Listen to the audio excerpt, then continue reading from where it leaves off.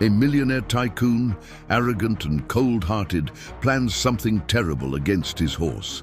Feeling betrayed, he locks the animal in the stable and sets it on fire.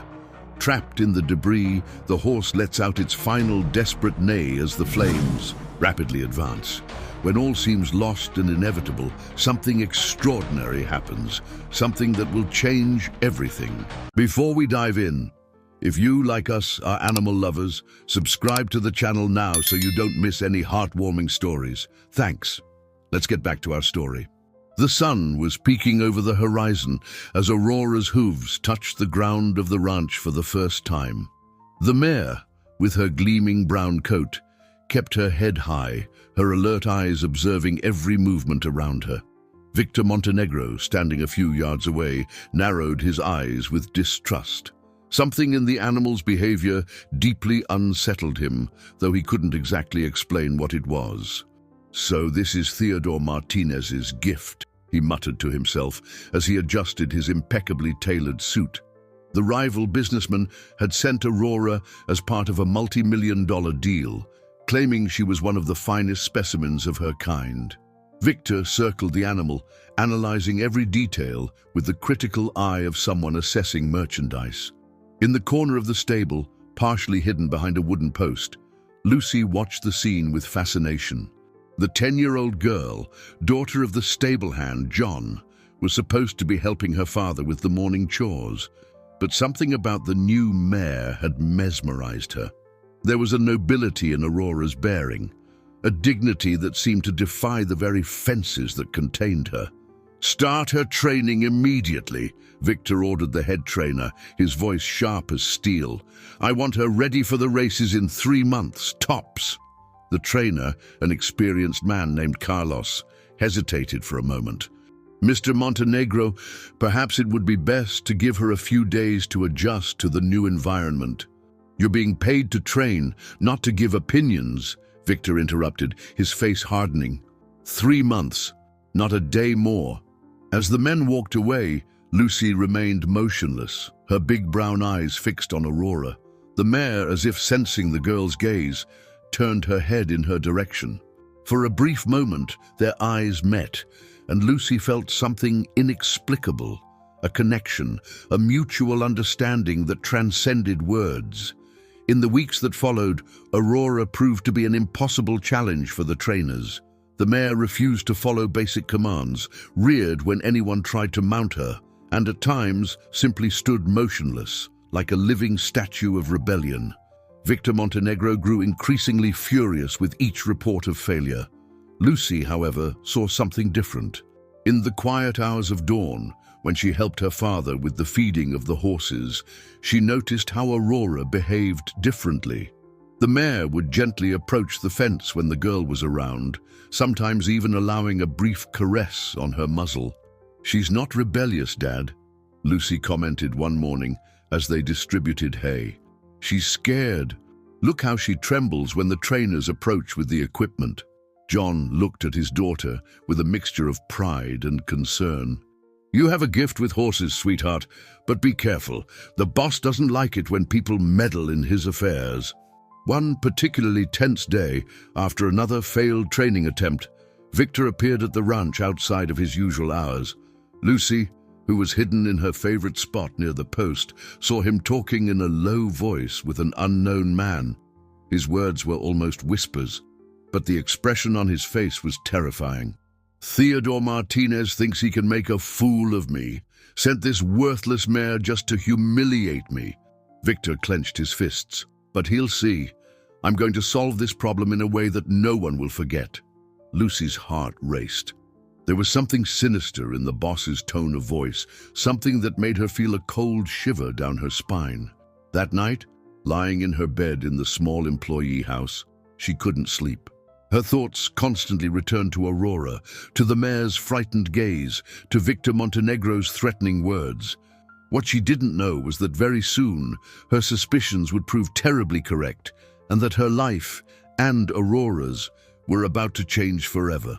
The next morning dawned, covered in a dense fog, unusual for that time of year.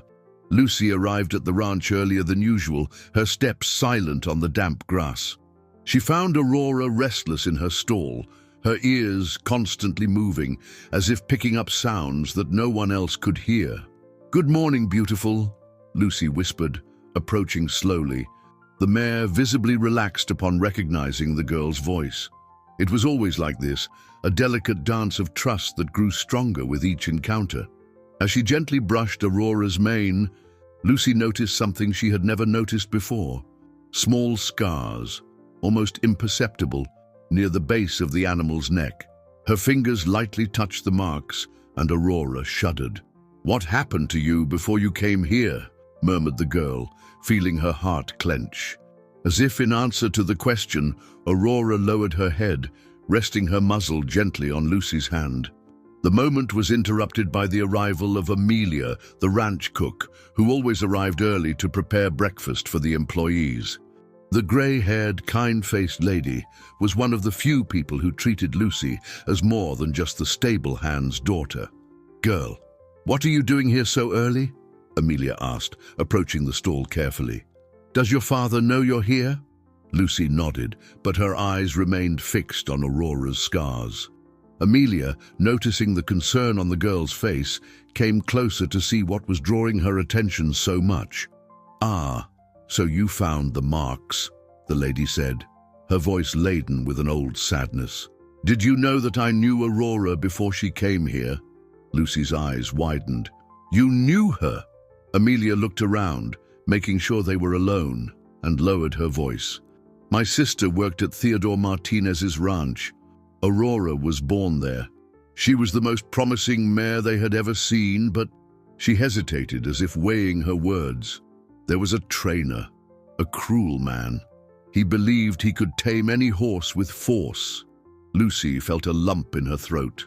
Aurora, as if understanding that they were talking about her past, moved restlessly in the stall. "What happened?" asked the girl, although part of her feared the answer. Aurora rebelled against his methods. The more he tried to dominate her, the more she resisted. One day, during a particularly brutal training session, she threw him. The man broke his arm and was fired, but the damage was already done.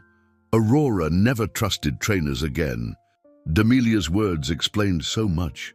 The fear in Aurora's eyes when she saw the training equipment, her aloof behavior with strangers, the way she refused to be tamed.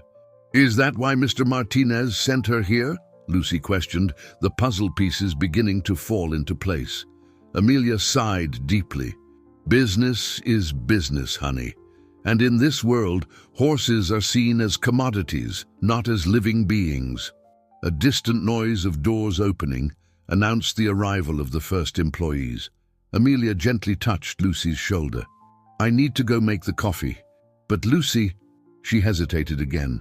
"Be careful. Mr. Montenegro isn't known for his patience or compassion." As she watched Amelia walk away, Lucy turned to Aurora. The mare watched her with those deep, intelligent eyes, as if sharing a secret only between the two of them. "I promise I won't let anyone hurt you again," Lucy whispered, sealing a silent pact with the animal. What she didn't know was that in his office, in the mansion near the ranch, Victor Montenegro was already on a phone call that would change everyone's destiny. His voice, cold as ice, cut through the morning silence. "I don't care how you do it. I want that mare out of my way by the end of the week, and remember, it has to look like an accident." The day passed with a palpable tension in the air. Throughout the afternoon, Lucy observed an unusual movement of men she had never seen before around the ranch. They spoke in low voices with Victor Montenegro, exchanging furtive glances towards the stables. John, her father, also seemed more worried than usual. During dinner, he barely touched his food. His eyes constantly turned to the window of the small house where they lived, as if expecting to see something happen at any moment. "Dad!" Lucy called, pushing the vegetables around on her plate. "Do you think Mr. Montenegro is going to sell Aurora?" John carefully placed his fork on the table, choosing his words. "Things aren't always what they seem, sweetheart. Sometimes people make tough choices for reasons we don't understand." "But Aurora doesn't deserve to be mistreated," Lucy protested, her voice trembling with emotion. "She's already suffered so much." "Keep your voice down," John warned, casting a worried glance out the window. "Walls have ears in this house, and you know we can't meddle in the boss's affairs." After dinner, Lucy couldn't sleep. She tossed and turned in bed, her thoughts a storm of worries. The words she had heard Victor Montenegro say on the phone echoed in her mind like a dark warning. Around midnight, a distant noise made her sit up in bed, completely alert. It was muffled voices and the sound of vehicles approaching the ranch. Silently, Lucy got up and went to the window. Through the thin curtain, she saw 3 dark pickup trucks parked near the main stable. Men moved in the shadows, carrying objects that she couldn't quite identify.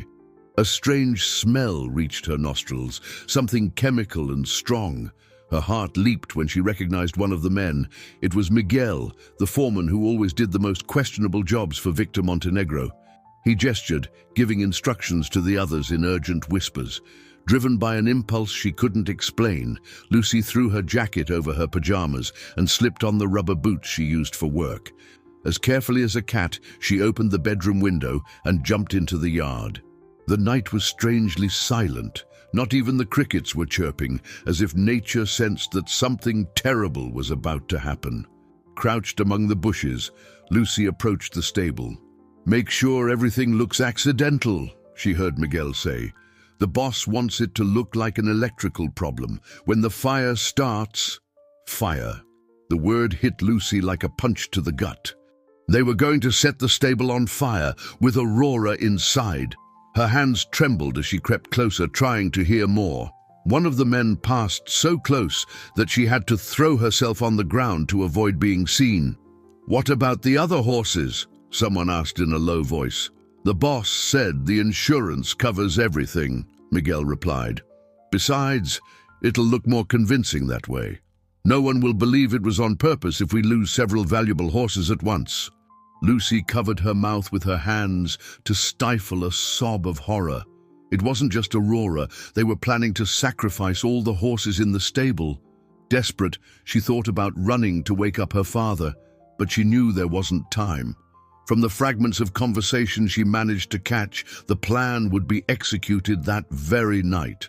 The girl felt the weight of responsibility crush her chest. She was the only one who knew, the only one who could do something. But what could a 10-year-old child do against adult men determined to commit an atrocity? It was then that she heard Aurora's low, distressed whinny, as if the mare also sensed the danger. At that moment, Lucy made her decision. She couldn't stand by while innocence suffered. With her heart beating so hard, it felt like it wanted to jump out of her mouth. She began to move in the shadows, formulating a desperate plan. She needed to find a way to save Aurora and the other horses before it was too late. Lucy's plan began to take shape as she watched Miguel's men spread a liquid on the floor of the stable. She knew every corner of that place, every passage, every hiding place. Years of helping her father had given her a knowledge that could now save lives. In the back of the stable, there was a service door that few knew about, used mainly to bring in hay and other supplies. If she could get there without being seen, maybe she could start releasing the horses before the fire started.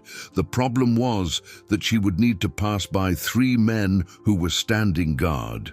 Lucy took a deep breath, remembering the words her mother, who had already passed away, used to say, "When fear knocks on the door, let courage answer." With calculated movements, the girl picked up some stones from the ground.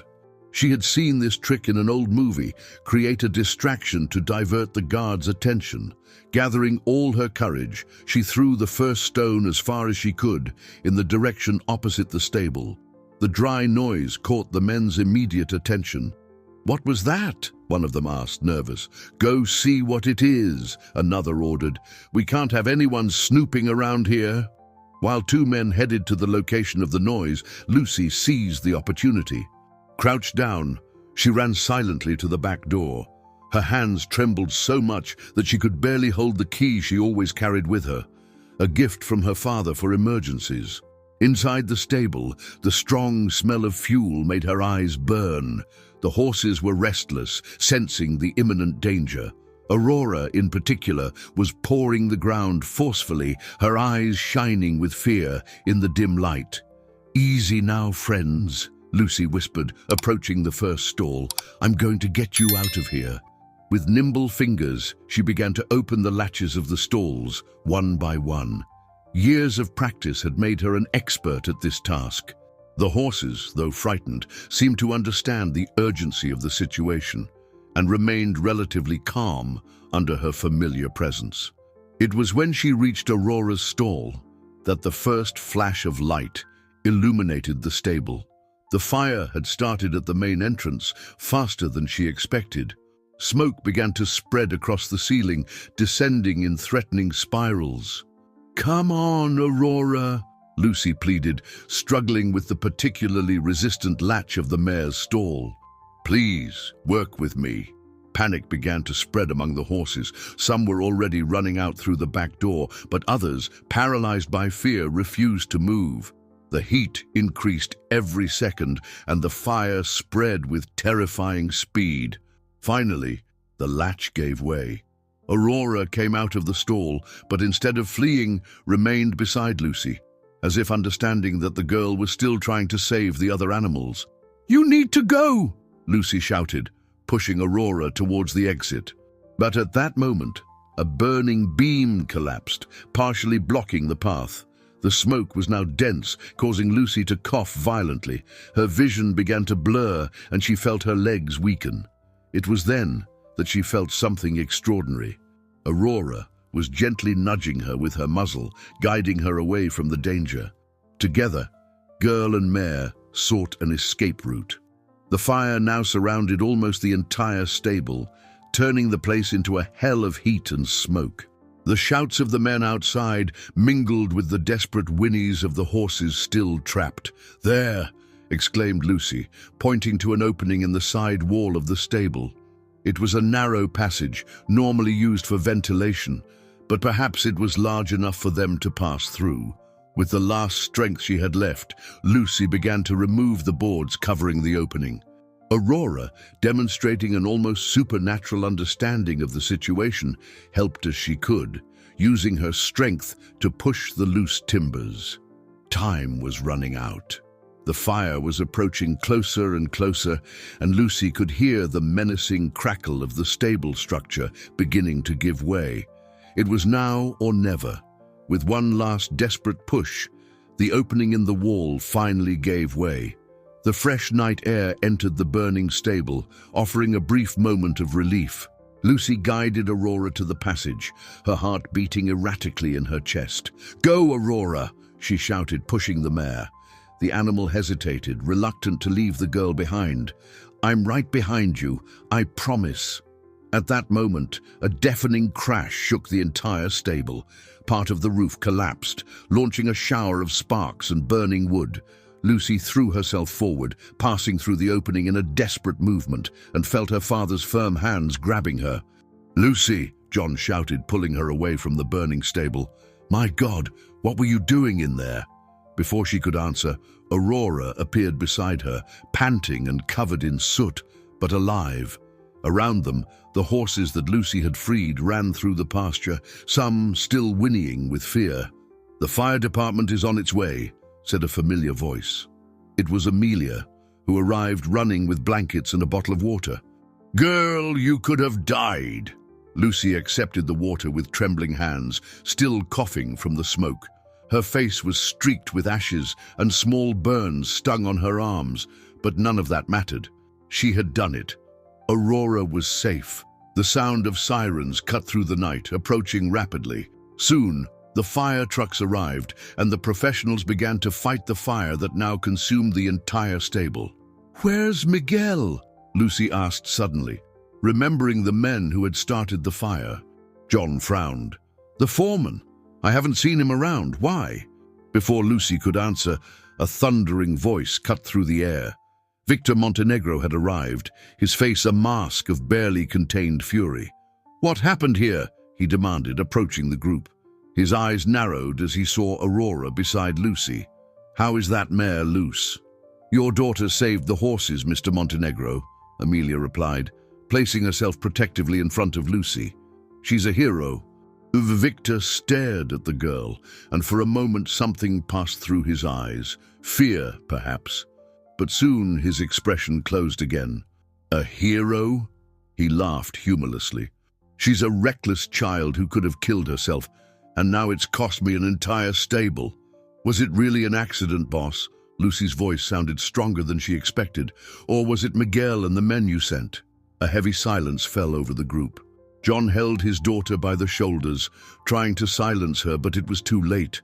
The words had been said. Victor Montenegro took a step forward, his imposing figure casting a threatening shadow over the girl. "Be careful what you say, girl. Serious accusations can have serious consequences." It was then that one of the firefighters approached, interrupting the tense moment. "Sir, we found something you need to see." Everyone watched as the firefighter showed Victor some half-melted containers found at the scene of the fire. The businessman's face paled visibly. "This is evidence that the fire was arson," explained the firefighter. "We'll need to conduct a thorough investigation." Aurora, who had remained close to Lucy the whole time, took a step forward, her hooves leaving marks on the ground wet from the firefighter's water. The marks formed a unique pattern in the mud mixed with ashes, a pattern that could tell a very different story from the one Victor Montenegro wanted everyone to believe. The businessman looked at the marks, then at Aurora, and finally at Lucy. His face was a mask of cold calculation, as if he were planning his next move. The girl held his gaze, feeling a courage she didn't know she possessed.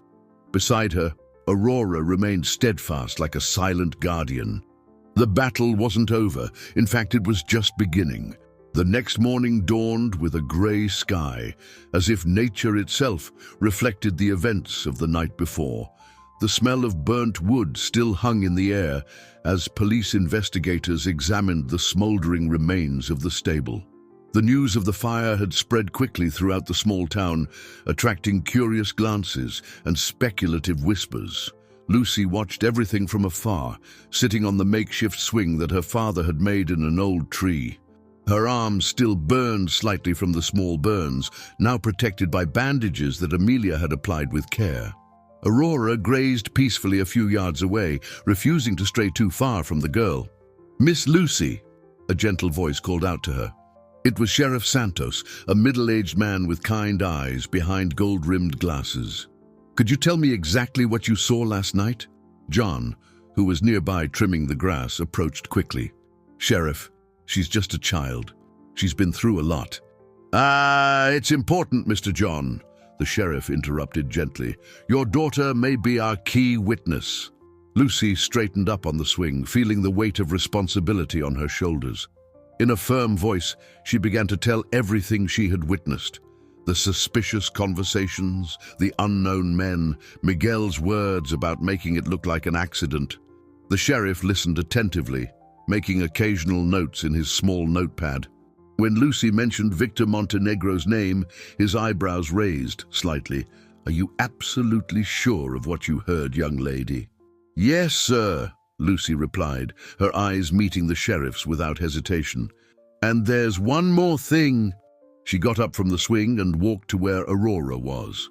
The mare followed her naturally, as Lucy led her to an area near the burned stable where the hoofprints were still visible in the mud mixed with ashes. "See these marks, Sheriff? Aurora stepped here when we were fleeing the fire, and look," she pointed to dark stains on the ground.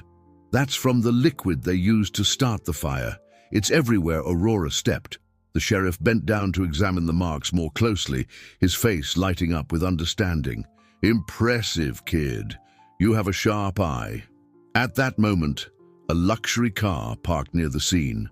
Victor Montenegro got out, accompanied by a man in a suit carrying a leather briefcase. "Sheriff Santos," Victor called out, his voice dripping with false cordiality. "This is Dr. Ricardo Mendez, my lawyer. He will take care of all the legal aspects of this unfortunate accident." "Accident?" Amelia's voice sounded loud and clear. The lady had approached without anyone noticing. "Sheriff, there's something you need to know." Everyone turned to the cook, who kept her head held high, facing Victor Montenegro's furious gaze. "Yesterday afternoon, I overheard a conversation on the phone," she continued. "Mr. Montenegro was talking about getting rid of Aurora, saying it needed to be done this week." Victor took a threatening step towards the lady, but stopped when he noticed the stares of the officers working on the forensics. His lawyer touched his arm lightly, a silent warning. "These are very serious accusations," said Dr. Ricardo, his voice professional and controlled, "and completely unfounded. My client is a victim here, having lost a valuable stable and nearly lost horses of high value." "Horses of high value?" Lucy couldn't contain herself. "You wanted to get rid of Aurora because she wasn't good for racing. Mr. Martinez gave her to you as a gift, just to humiliate you." A heavy silence fell over the group.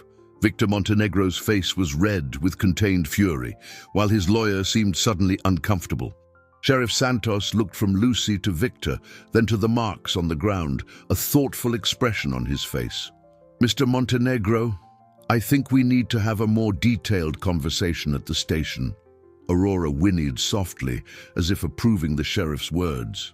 Her ash-marked hooves had become silent witnesses to a truth that could no longer be hidden. Victor Montenegro's interrogation at the station lasted for hours. Meanwhile, at the ranch, an unexpected discovery completely changed the course of the investigations. During the meticulous examination of the debris, the investigators found a partially melted cell phone belonging to Miguel, the foreman. The technical team managed to recover messages and calls that proved not only Victor's involvement in the arson, but also a series of other shady dealings. The cell phone contained conversations about illegal horse race betting, results manipulation, and even falsified animal purchase and sale documents. "We need to protect the girl," Sheriff Santos told John as they examined the recovered documents. "Victor Montenegro has powerful connections, and now she's our key witness." John ran his hands over his tired face, the worry evident in his features. "Maybe we should leave for a while, Sheriff. I have some relatives upstate." That won't be necessary," interrupted a familiar voice. Theodore Martinez, Aurora's former owner, was standing at the door of the station. "I came as soon as I heard about the fire." The businessman, a man of distinguished appearance and gentle eyes, very different from the arrogant figure that Victor Montenegro had described, approached the group. "I've been gathering evidence against Montenegro for years," Martinez explained. "He destroyed many lives with his dirty dealings. What he did to Aurora was just the tip of the iceberg." At that moment, Lucy entered the station accompanied by Amelia. The girl carried an old cardboard box in her arms. "Sheriff," she called, her voice trembling with excitement. "I found this in Miguel's room. Behind the closet, he must have forgotten it when he ran." Inside the box was a veritable goldmine of evidence. Records of irregular payments, compromising photos, and even a detailed diary that Miguel kept of all the illegal activities he carried out for Victor Montenegro. "This is more than enough," declared Sheriff Santos, examining the documents. "Montenegro isn't going to get away with this time." Theodore Martinez approached Lucy, a gentle smile on his face.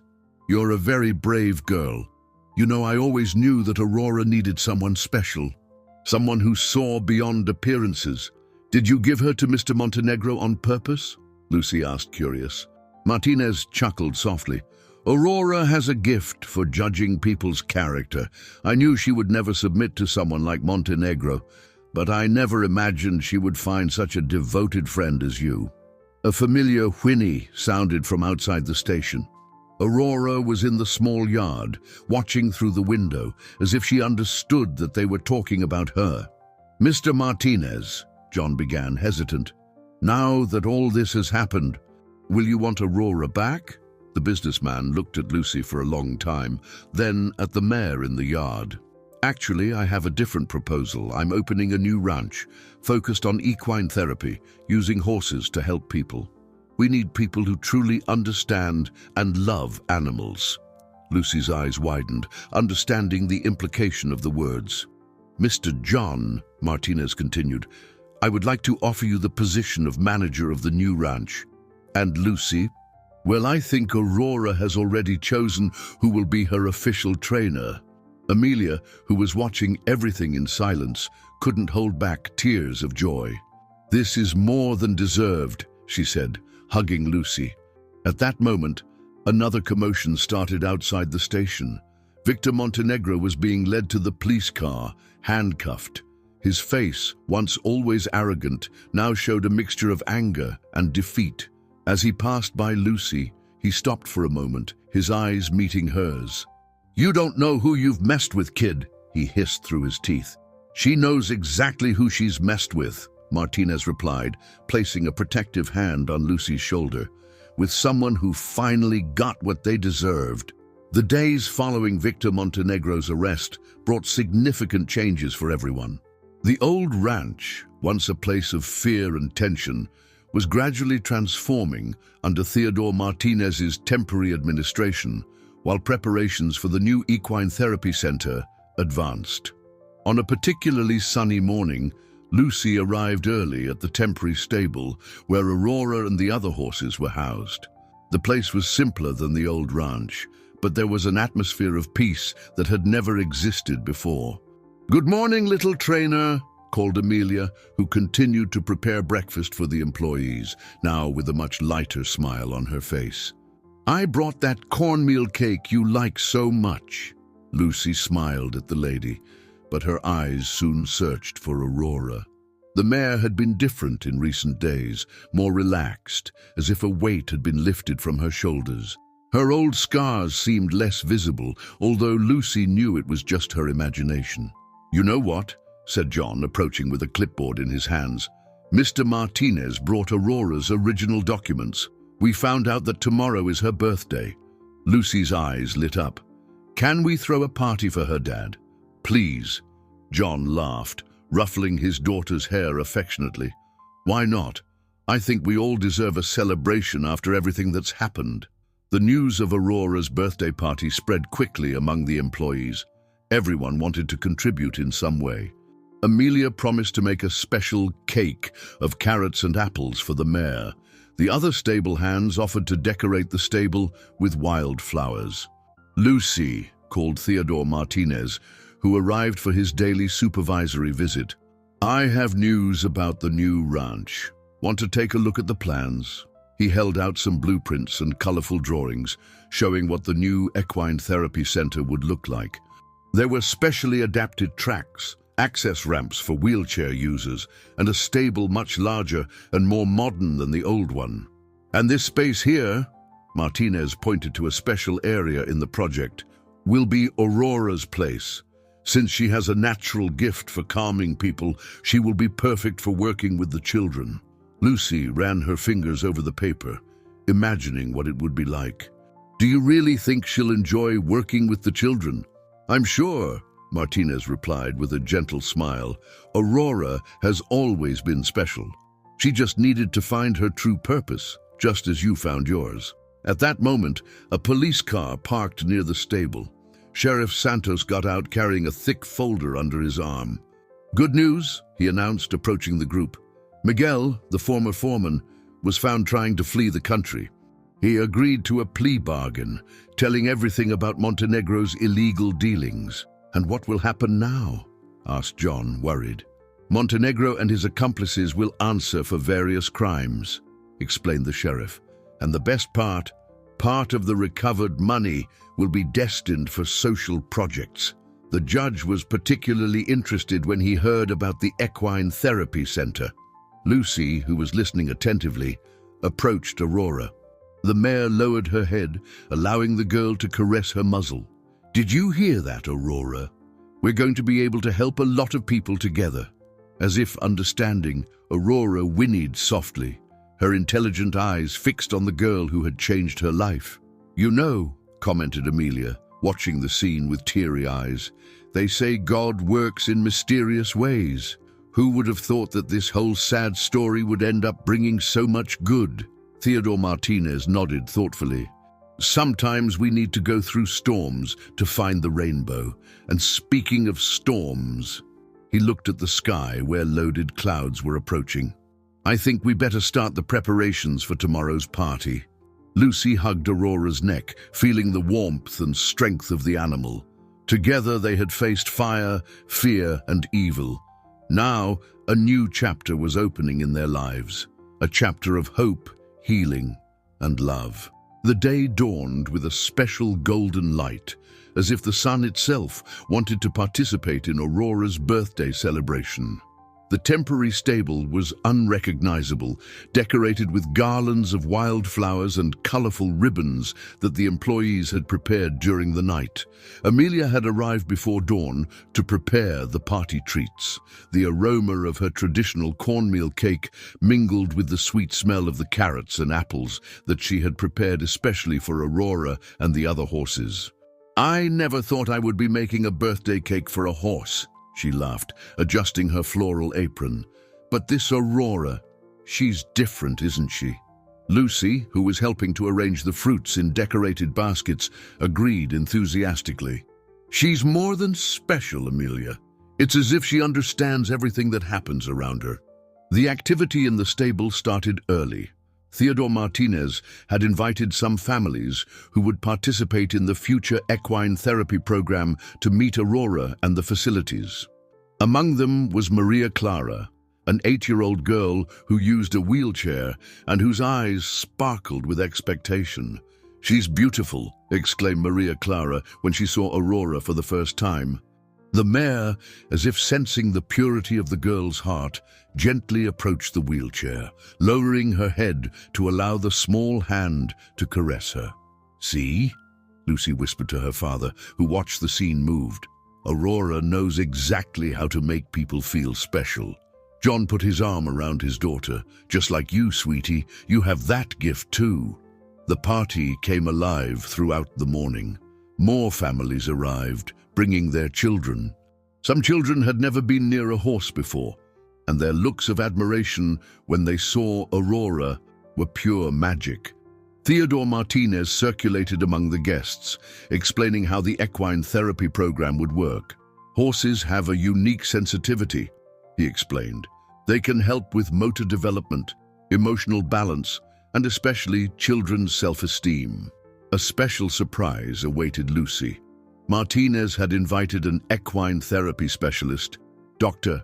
Helena Santos, to give her basic guidance on how to work with Aurora and the children. "You have a natural talent," observed Dr. Helena, seeing how Lucy led Aurora smoothly and firmly at the same time. "With proper training, you and Aurora can do miracles together." The most exciting moment of the party was when everyone gathered to sing Happy Birthday. Aurora, adorned with a crown of flowers that Maria Clara had made especially for her, seemed to understand that she was the center of attention. Her bearing was majestic, but her eyes were soft and welcoming. "Today is just the beginning," announced Martinez, raising a glass of juice for a toast. "Soon this place will be a center of hope and transformation. And all this started because of the courage of a girl and the pure heart of an extraordinary mare." Silent tears streamed down Amelia's face as she served the cake. "Remember when you were little and you said you wanted to work with horses?" she asked Lucy. "Look where you've come." The celebration continued into the afternoon, with the children taking turns petting Aurora and the other horses. The parents chatted animatedly about the benefits that the program would bring, and the employees shared stories about the transformations they had already witnessed at the ranch. At the end of the day, when the last guests had already left, Lucy spent a moment alone with Aurora. The sun set on the horizon, painting the sky in shades of pink and gold. "Happy birthday, my friend," she whispered, hugging the mare's neck. "Thank you for coming into my life." Aurora responded with a soft whinny, as if saying that the gratitude was mutual. Together they had found not only each other, but also a greater purpose than they could imagine. A week after Aurora's party, the construction of the new Equine Therapy Center began at a rapid pace. The land, formerly dominated by the empty ostentation of Montenegro's ranch, was gradually transforming into a welcoming and functional space. Lucy followed each change with fascination, always with Aurora by her side. "Look, there's going to be a special ramp here," she explained to the mare, pointing to the markings on the ground. "So children with mobility difficulties will be able to ride you more easily." Dr. Helena had started special training with Lucy and Aurora. 3 times a week, they learned the specific techniques needed to work with special needs children. To everyone's surprise, Aurora demonstrated an almost supernatural understanding of the needs of each exercise. "It's impressive," commented Dr. Helena during one of the sessions. "Normally, it takes months to train a horse for equine therapy, but Aurora, it's like she already knows what to do." On a particularly important morning, Maria Clara came for her first trial session. The girl in the wheelchair, who had been enchanted with Aurora during the party, would be the program's first official patient. "I'm nervous," Maria Clara confessed to Lucy while they waited for Dr. Helena to prepare the special equipment. "Aurora is a little nervous too," Lucy replied with a gentle smile, although the mare seemed perfectly calm. "But you know what? Sometimes it's good to be nervous. It means we're about to do something important." With the help of John and a special device, Maria Clara was carefully positioned on Aurora. The mare remained absolutely still throughout the process, as if she understood the delicacy of the moment. "Now, Maria Clara," instructed Dr. Helena, "we're going to start very slowly. Aurora will take a few steps, and you're going to feel the movement. It's as if you're walking through her." And the girl's eyes filled with tears when Aurora began to move gently. "I can feel it!" she exclaimed, amazed. "It's like my legs are working." Amelia, who was watching the scene from the stable door, had to lean against the wall, moved.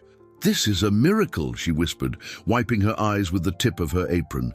The session lasted 20 minutes, but its impact was immense. When Maria Clara was helped back into her chair, her face glowed with joy. "When can I come back?"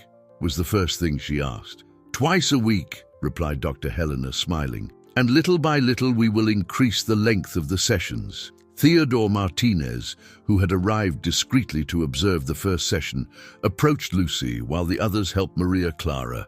"You know, kid," he said, his voice full of emotion, "when I gave Aurora to Montenegro, it was thinking about exposing his cruelty. But fate had much bigger plans." Lucy stroked Aurora's neck thoughtfully. "Do you think she always knew that this would be her true role?" "Horses are extraordinary beings," Martinez replied. "They see our soul, not our limitations. Aurora rejected Montenegro because she saw the darkness in his heart, and she chose you because she saw your light." At that moment, Maria Clara's father approached, his eyes red from crying. I've never seen my daughter so happy," he said, his voice choked. "How can we thank you?" "There's no need to thank us," replied Lucy, surprising everyone with her maturity. "Aurora is the one who is grateful for the opportunity to help. Aren't you, girl?" The mare whinnied softly, as if confirming the girl's words. The sound echoed through the renovated stable, mingling with the laughter of Maria Clara, who was already making plans for her next session. Dr. Helena watched everything with a satisfied smile. "This is just the beginning," she said. "Each child who comes here will discover their own way to connect with Aurora, and each connection will be a little miracle." At the end of that special day, as the sun set on the horizon, Lucy lingered a moment longer with Aurora. The two watched the last workers finishing the day's work, the sound of tools mixing with the song of the birds returning to their nests. News about the success of the first equine therapy session with Maria Clara spread quickly throughout the small town. In a few days, the center's phone wouldn't stop ringing, with families interested in enrolling their children in the program. Theodore Martinez had to hire 2 more secretaries just to organize the waiting list. "It's amazing how things have changed," commented John during breakfast, reading the local newspaper that featured a story about the transformation of the former ranch. Where there was fear and sadness before, now all they talk about is hope. Lucy, who was decorating a mural with photos from Maria Clara's first session, smiled when she saw the headline, "From Luxury to Solidarity, How a Mayor and a Girl Transformed a Ranch." "Look, Aurora," she called, showing the newspaper to the mayor who was grazing near the window. "We're famous." But the real change wasn't in the newspaper headlines. It was in the small daily miracles that began to happen at the center. Carlos, an autistic boy who had never spoken a word, surprised everyone by whispering Aurora during his third session. Pedro, who suffered from severe anxiety, managed to sleep through the night for the first time after starting treatment. Amelia, who now coordinated the center's kitchen, preparing nutritious snacks for the children and their families, kept a small notebook where she wrote down every special story she witnessed. "You know, Lucy," she said one afternoon, while serving tea to a group of mothers waiting for their children, "I'm thinking of writing a book, Aurora's Stories. How about that?" The idea of the book quickly gained support from everyone. The children themselves began to contribute with drawings and short texts about their experiences with Aurora. Maria Clara, who was already able to sit more upright in her wheelchair thanks to the sessions, made an especially beautiful portrait of the mayor with her flower crown. Theodore Martinez watched everything with evident satisfaction. One afternoon, he called Lucy for a special conversation. "Did you know that other cities are interested in creating centers like ours?" he revealed, showing a folder full of printed letters and emails. "They want to know our secret." Lucy flipped through the papers, impressed. "And what is our secret?" Martinez smiled, looking through the window where Aurora was gently conducting a session with a new child. "Love, kid. True love transforms everything it touches." Dr. Helena had expanded the program to also include group sessions, where children not only interacted with the horses, but also with each other. The center's courtyard, once silent and austere, was now always full of laughter and conversation. "It's like a symphony," she observed during a staff meeting. "Each child, each horse, each therapist, they all have their special role. But Aurora is our conductor."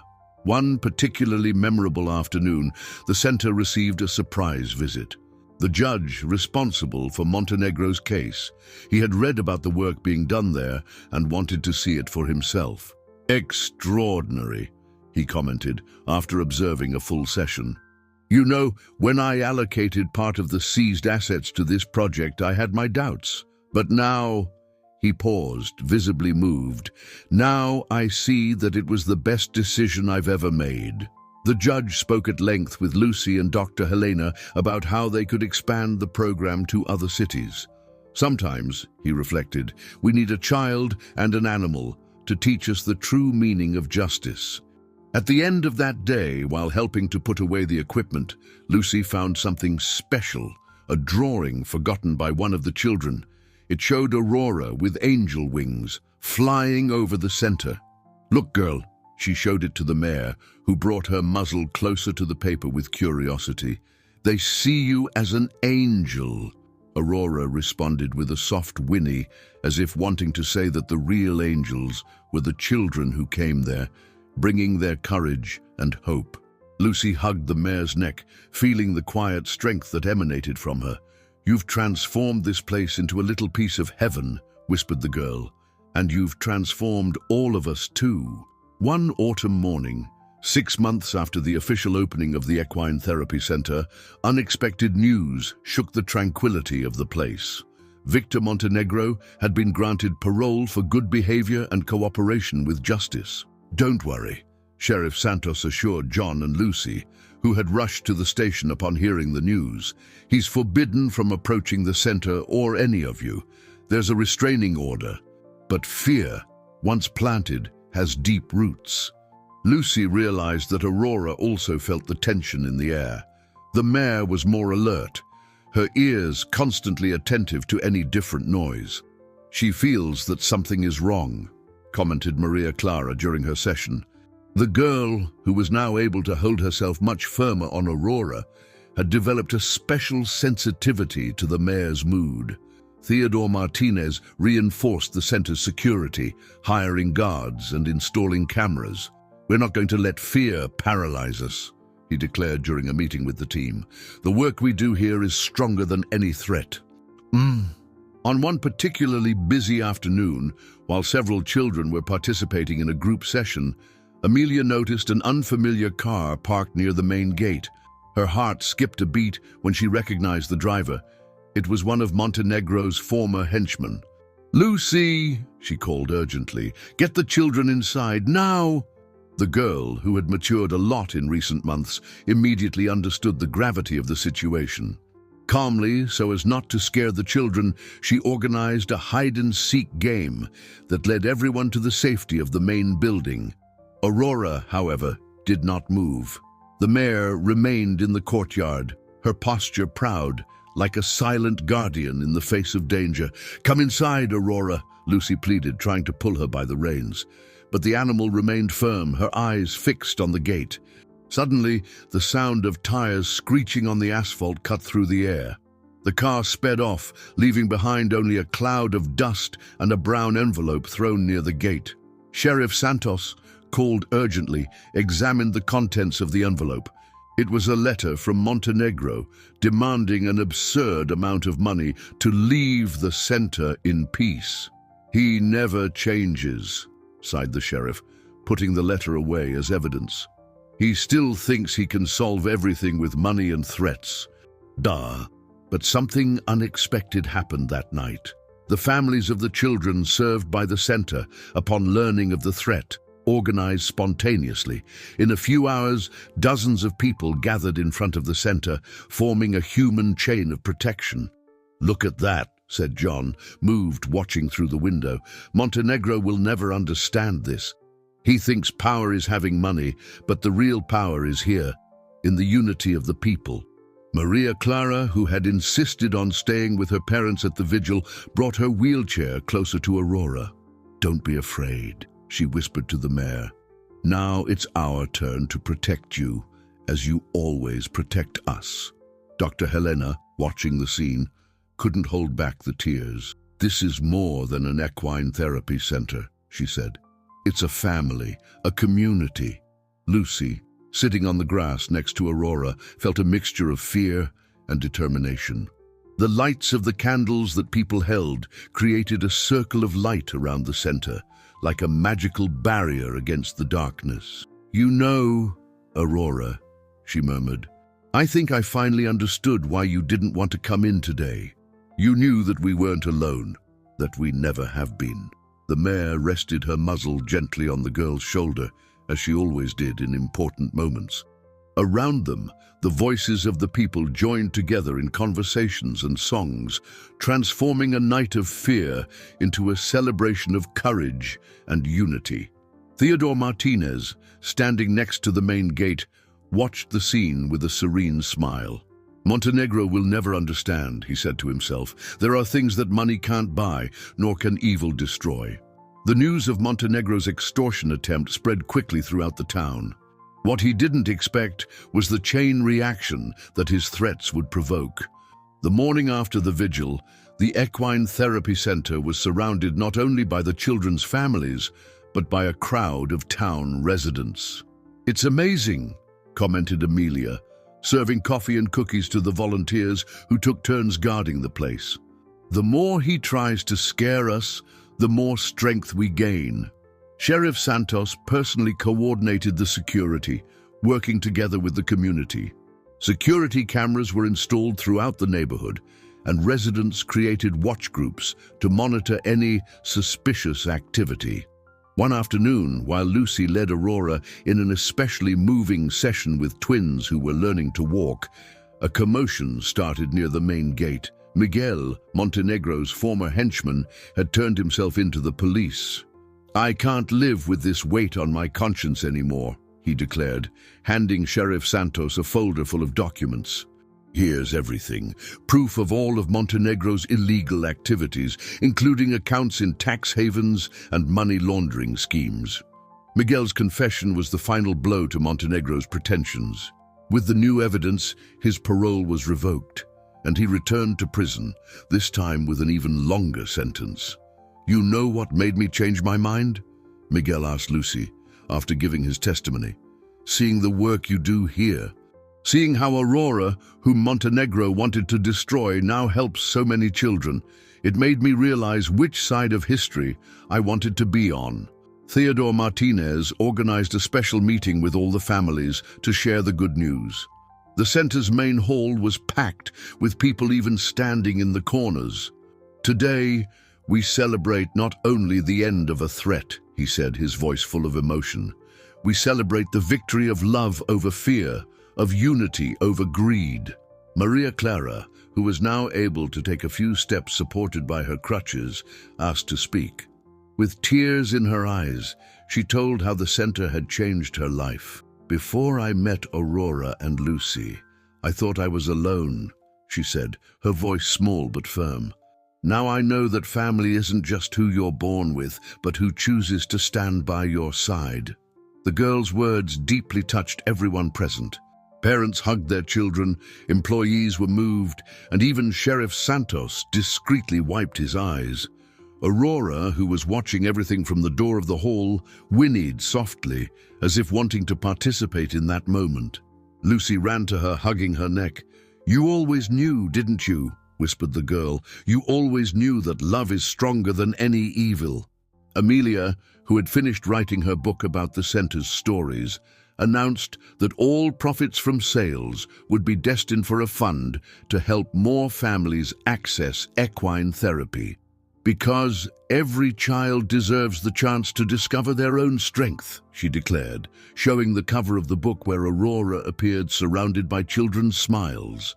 Dr. Helena took the opportunity to share the impressive results of the program. Children who barely moved were now taking their first steps. Others who didn't speak were starting to communicate. Some who lived isolated were making their first friends. "But the greatest miracle," she said, "is not just the physical transformations. It's seeing how each person who passes through those doors learns something about courage, perseverance, and unconditional love." John, watching his daughter next to Aurora, thought about how life had changed since that terrible night of the fire. What seemed to be the end had transformed into a new beginning, not only for them, but for the entire community. "Sometimes," he reflected aloud, "we need to go through storms to discover that we are stronger than we imagined." The sun began to set, painting the sky with shades of pink and gold. The families began to say goodbye, but they all knew that they would be back the next day, no longer out of fear or need for protection, but because that place had become a true home. A year had passed since that night of the vigil. The Equine Therapy Center had grown beyond the most optimistic expectations. What was once Montenegro's ostentatious ranch was now a place of healing and hope, with flowered gardens and children's laughter echoing everywhere. On one special spring morning, the center was preparing for an important celebration: the graduation of the first class of children who had completed the full therapy program. Among them was Maria Clara, who now walked with ease, using only a cane. "It's like a dream," said the girl, helping Lucy decorate Aurora for the ceremony. The mare, patient as always, allowed herself to be adorned with colorful ribbons and fresh flowers. "Remember when I could barely sit in the wheelchair?" Lucy smiled, remembering how it all started. "Aurora always knew you could do it. She sees the strength that exists within each person." The center's courtyard was decorated for the occasion. White chairs formed a semicircle in front of a small stage, where each child would receive their certificate of completion. Amelia had prepared a special feast, and her book, Aurora's Stories, was on display on a decorated table, already in its third edition. Theodore Martinez, elegantly dressed for the occasion, spoke with visitors from other cities who had come to see the project. 3 new equine therapy centers were already under construction, following the model they had created. "The secret is simple," he explained. "Treat each child as unique, each animal as special, and let love do the rest." "Doctor," Helena gathered all the children for one last rehearsal of the presentation they would give. They had prepared a special song with lyrics written by themselves, telling their journeys of overcoming challenges.